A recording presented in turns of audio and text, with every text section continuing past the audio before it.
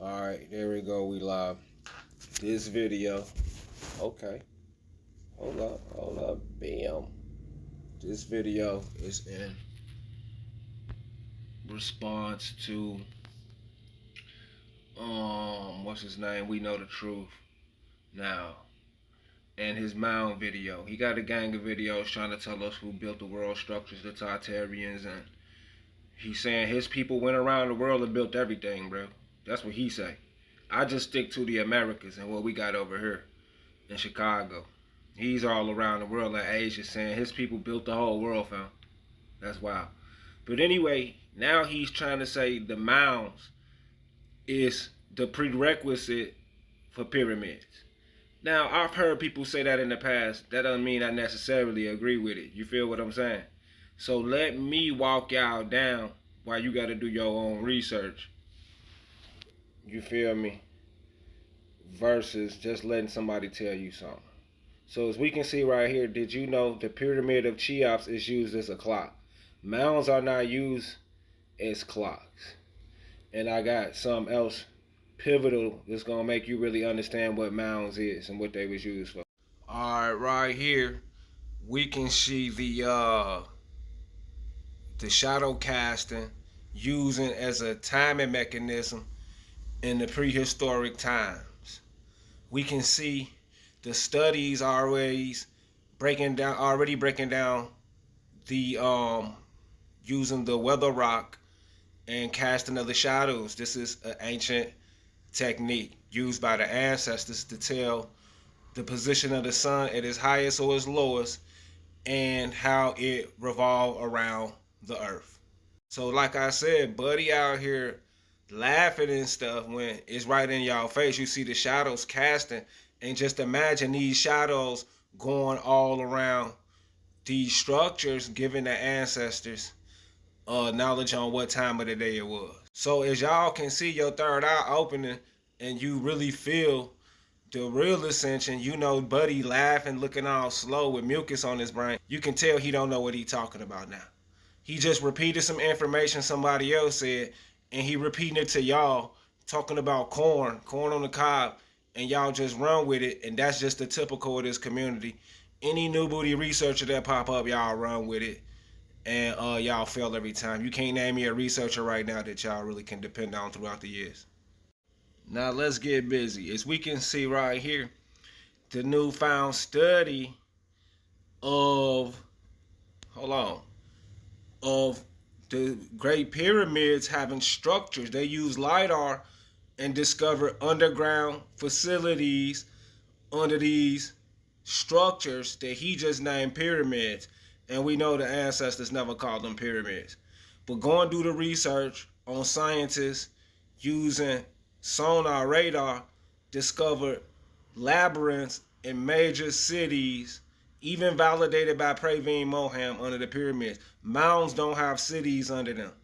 Mounds don't have cities under them. We know the truth now. So let's get imagery on. Let's get the imagery on what they estimate how deep this is. Whether it be water wells to bring in energy, whatever. It looks like a giant energy station that's supplying energy to an underground civilization, which is more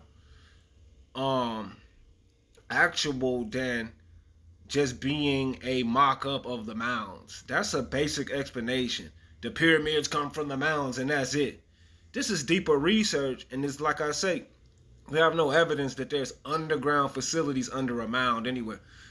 And even if you want to say in America, well, the pyramids in America come from the mounds off his basic explanation. Even if you want to do that, the ones in America, the Denales, right, and the Tikales, I think that's what they're called, Teocalles.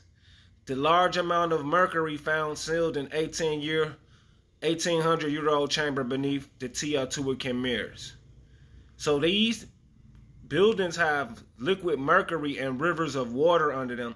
Mounds don't have that under them that I can recall, because they say mounds are burial mounds. But I bet.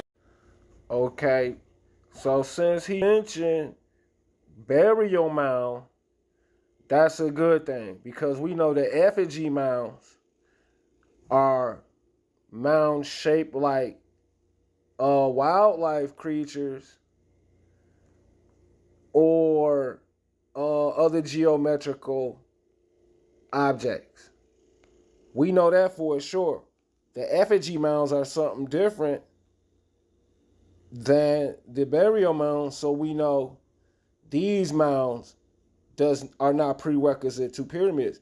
So now that we know that the pyramids are not replicas of burial mounds, then it's safe to say pyramids don't come from mounds. And we know that the actual name of the pyramids is the Myrs. Here's another image of the effigy mounds. Effigy mounds, the ancestors was. So although there are some similarities like tumulus and other burial mounds in the width, they are for two different purposes. As we can see, the pyramids of the Myrs in Egypt are used for underground labyrinths, and we can see that in America, the so-called Aztecs, they are used to mine mercury. And these so-called burial mounds could be used for anything that we really don't know. We can't conclude. Because as we can see, these are so-called used for burials and ceremonies, while those things are used for technology, the pyramid mirrors and the teocalli of the Aztecs. Totally different times, totally different uses. These are probably more likely like ant mounds, replicas of ant mounds versus pyramids, although there is similar shape. Just because something is similar in shape don't make it the same. Just like they try to tell us everything they got the word more on it or similar ain't the same as more. So let me give you another example. We have the Dil Moon burial mounds. Very similar to the mounds in America, and these mounds have not been excavated yet in so-called Arabia and Yemen. And I find it very peculiar that a nation or land ruled by Muslim have mounds, and Turkey have mounds, and other places where Moors have inhabited have mounds. So it's not just exclusive to America, and I can even go over into Siberia and find. So there's even burial mounds in Siberia similar to America. Is that a pyramid?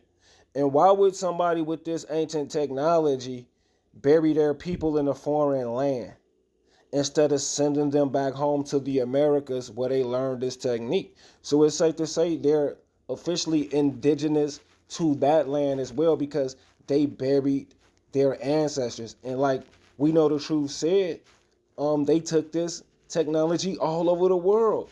So is it exclusive to them when they're borrowing their technology to everybody and getting mad because we claiming it, which don't make no sense at all. Last but not least, you claim the Indians built the Tartarian architecture.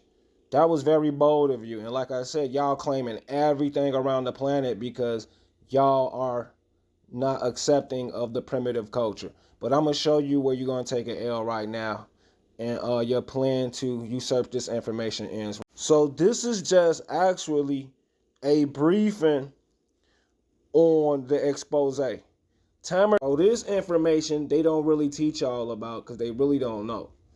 And if they knew, they would take their time and really just listen. So I'm not going to go into this right now, but I'm just going to give you a glimpse of what's about to happen to him to be made example out of, because y'all should have knew that Tartarian was Moorish as well. You cannot say Moors are not from America, but then say the buildings are Tartarian. I go to show you that while you're laughing at Pan-Africans and everybody else about their research, you actually don't know what you're talking about. Because Tartarian is led by Tamerlane, Genghis Khan's relative, who was a Muslim. Right? So we're gonna get in that. We're gonna get into that, but let's address these mounds first. We know the truth. I'm calling you out. If you don't address this, it's obviously that you're working with them folks and you really don't know what you're talking about. So until next time, get out.